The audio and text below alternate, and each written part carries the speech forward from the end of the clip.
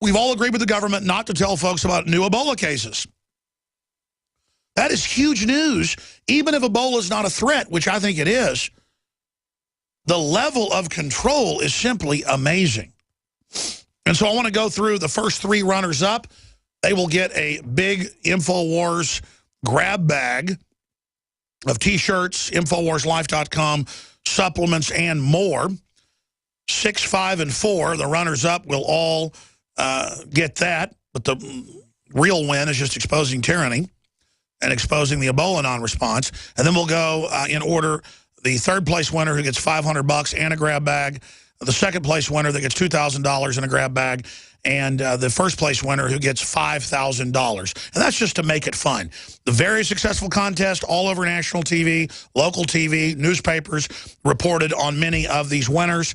They're all amazing folks, but the big thing is they got off the bench and got in the game, so we salute everyone that entered the contest. We will post the top 6 runners-up to Infowars.com along with the top 3 winners.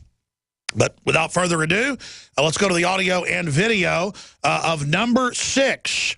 Number 6, the first runner-up here in the contest of the Ebola contest winners.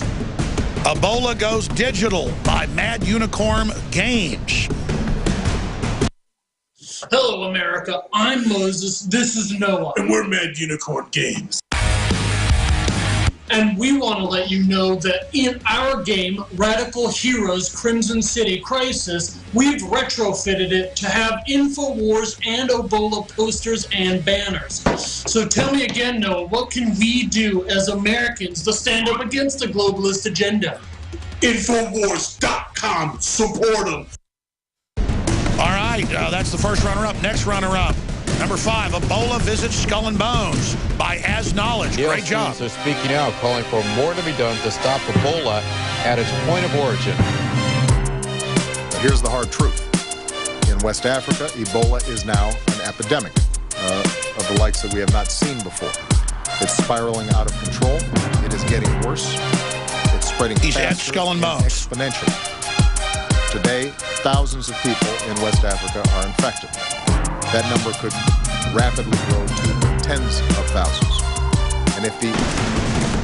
All right, number 4, Spreading Liberty in the Den of Criminals by Mona Hine. Great job. Little posters or whatever like that, and I'm going to put it all over town. I'm going to be in D.C., out of D.C., around D.C., and I want everybody to see this. It says Ebola, Obama, hot flights from the hot zone now. Tyranny is the disease. Help expose it. Yes, secure the borders and get the word out there and watch your girl go, because I'm on a mission right now. Because at the end of the day, if anything falls, if everything goes down the hole, at least I can say I fought for the good cause, and I am the resistance.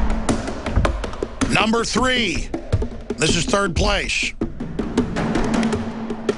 The Truth is Viral by John Anonymous.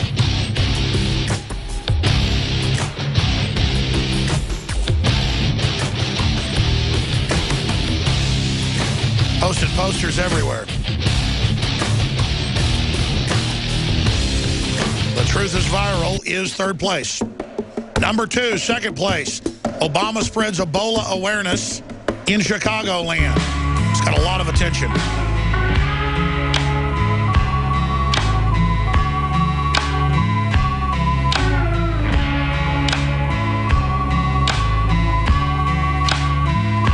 Well, you win $2,000, but you really got was national attention to this. And first place, $5,000, going postal. You've Got Ebola Mail by C-Fig. Good morning. It's about 10 after 10 a.m., October 24th, 2014, and I am in my mail truck, and I'm about to start delivering. Here are all the stacks of the Obama flyers that I made. I made 550 of them to cover the entire route. This is the mail lady, the mail woman, delivering flyers, but she paid for it herself, so it's legal. She's got a right to use the mail like anybody else does. She wins $5 grand. Again, these videos are all on Infowars.com. Congratulations to all who participated. Great job. Round of applause to everybody. And, you know, I like this contest because we did it in a month. We had a quick turnaround, and I was only a week late, or a little less than a week late, in making the announcement. Sometimes I'm like 2 months late on that $100,000 contest because there were like 600 videos, and most of them were really good, and I just couldn't decide the winner. Now, the crew pretty much unanimously agreed that Going Postal was the winner. I couldn't decide. I thought it was either first or second place, I'll be honest. So I said, put a poll up and see what the listeners think at Infowars.com. And we sent an email out with a poll as well. And both on the website and in the email poll, which video do you think should win? Going Postal, 28%. Obama spreads Ebola awareness, 27%. Truth is viral, 19%. Spreading liberty in the den of criminals, 12%. Ebola visits Skull and Bones, 9%. Ebola goes digital, 5%. So the votes, at least in the first three winning places, were right in line with us. So we picked the winners, but sometimes we crowdsource when we can't decide. So everybody pretty much picked those winners. We spend $7,500, get massive, probably $500,000 worth of promotion to Infowars.com. The people that all do it get promotion on their own websites. But most importantly, it's about promoting liberty and truth and the people getting involved and taking action. So wonderful job. Everybody that entered the contest, a big winner. And, you know, I had a surplus of like $100,000 a few years ago because we try to make more money to put it back into the operation. That's why we've grown. That's our main goal. And so I said, we'll have a $100,000 contest. And that was really a doozy. But quite frankly, $7,000 contests are just as successful. We don't have the budget for that right now. People have been asking, is there going to be another $100,000 contest? Probably never. Just because I don't want to try to run this operation, just try to raise that type of capital. I want to just get it up to a certain point, get 3 or 4 more reporters, a couple more camera people, a few more writers, and kind of stay at that level. Just because I can't manage it. I'm trying to develop a system where we can do that. And then people that enter contest can end up being auxiliary reporters who I'd like to pay. But, again, it becomes a whole chicken or the egg thing where I can't spend all my time and energy just raising money and then managing people to try to have reporters on the ground. What we need is folks just to go out and be reporters, citizen journalists, file your reports to YouTube, authorize us to use the clips in all or a portion of, so that we can then all synergistically with human intelligence, crowdsourced, overthrow the dinosaur media, what's left of it. And that is certainly beginning to happen. I don't mean to sycophantically quote Matt Drudge so much, just the things he said 15 years ago, 10 years ago, a year ago are so true, so short and succinct. You, as a blogger or a person with a camera and a Facebook or a Twitter or a YouTube channel or a local radio show, are just as important as the New York Times. In fact, we know they get caught lying all the time, so you're more important than them. And now what you report can instantly be picked up by others. And so get out there and kick some New World Order tail. But that means when you see a citizen helping an old lady, not just a cop, might be a cop, show that. Or when you see cops doing something bad, show it. When a cop walks up to Joe Biggs for no reason and says, I will effing kill you, and points a shotgun at him because Joe's there with a camera filming stuff, that cop got relieved. I think he's getting fired. That's good. You don't need a hothead crazy person, in my opinion, you know, in the police department acting like that. That is momentary insanity, in my view, and needs to be psychologically evaluated. Do I want to get a cop fired? No, but do I want my reporter dead? Can survive Afghanistan and Iraq, getting blown up repeatedly, but can't survive Ferguson? I had to pull my reporters out. The cops were acting so bad. And by the way, a lot of the protesters were acting bad too. That was what was sick. We had protesters doing stuff to us, cops doing stuff to us. It was a shameful situation. And the cops were acting like that because they couldn't release the investigation information yet, which I disagree with. And it turned out the cops told the truth about what happened. Ferguson, they're saying when the word comes out, of course, on whether they're going to indict the police officer or not, that St. Louis, not just Ferguson, may burn. I know this. Nobody better come around my house trying to burn something during a... I mean, burning down houses or businesses doesn't do anything for a youth that's been shot. It's just a disgusting situation. Yeah, L.A. riots with Rodney King is what should be expected to happen in Ferguson. Evidence and justice, irrelevant and politically charged case. Infowars.com. A law professor in Indiana is predicting a repeat of the Rodney King riots that wrecked Los Angeles if Ferguson police officer Darren Wilson is not brought up on charges.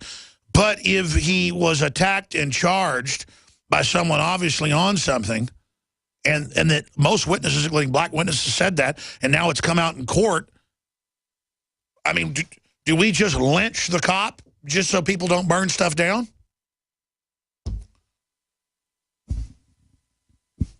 It's a mess. And when the economy unravels, ladies and gentlemen, I'm going to get to that now and then to your calls and a guest that's coming up.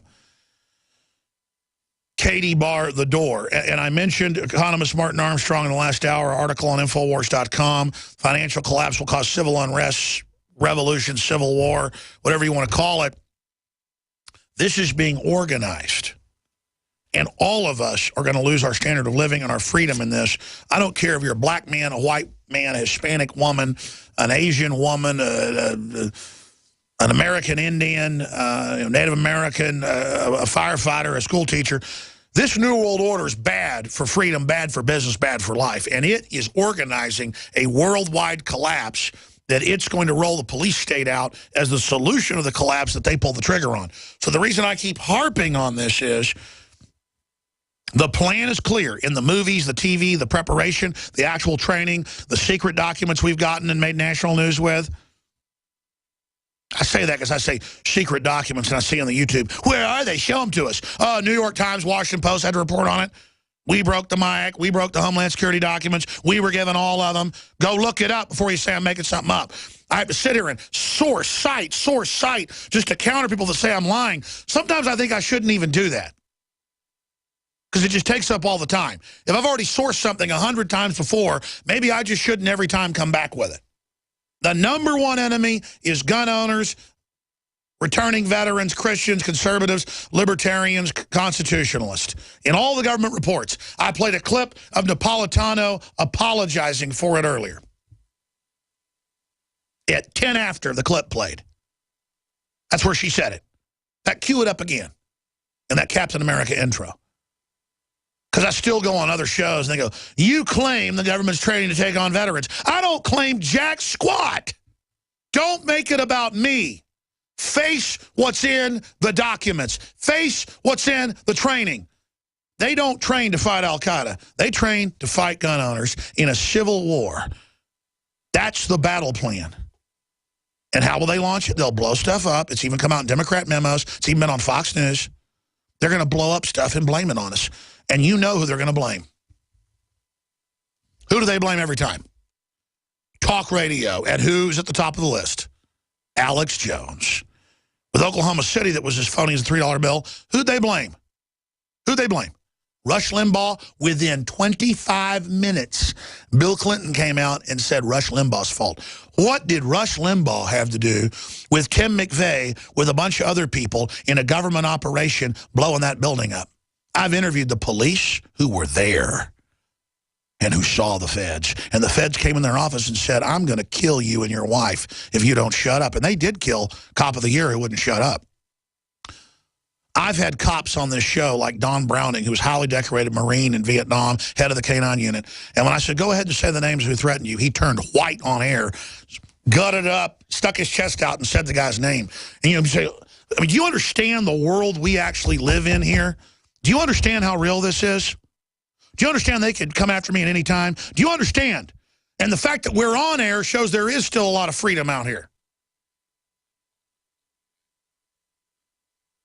Oh, yeah, here's Napolitano. We'll go to break. Here it is. Here she is. So I'm going to ask you about it. And that's this right-wing extremism report that was mailed out to all law enforcement officials in the United States. I've apologized for that report. It was not authorized to be distributed. This isn't freedom. This is fear. SHIELD takes the world as it is, not as we'd like it to be. And again, we know the names of who planted the bombs. We have the hotel receipts. We have the witnesses that saw them planting the explosives. We got news. We're on the with them march. taking the bombs out. The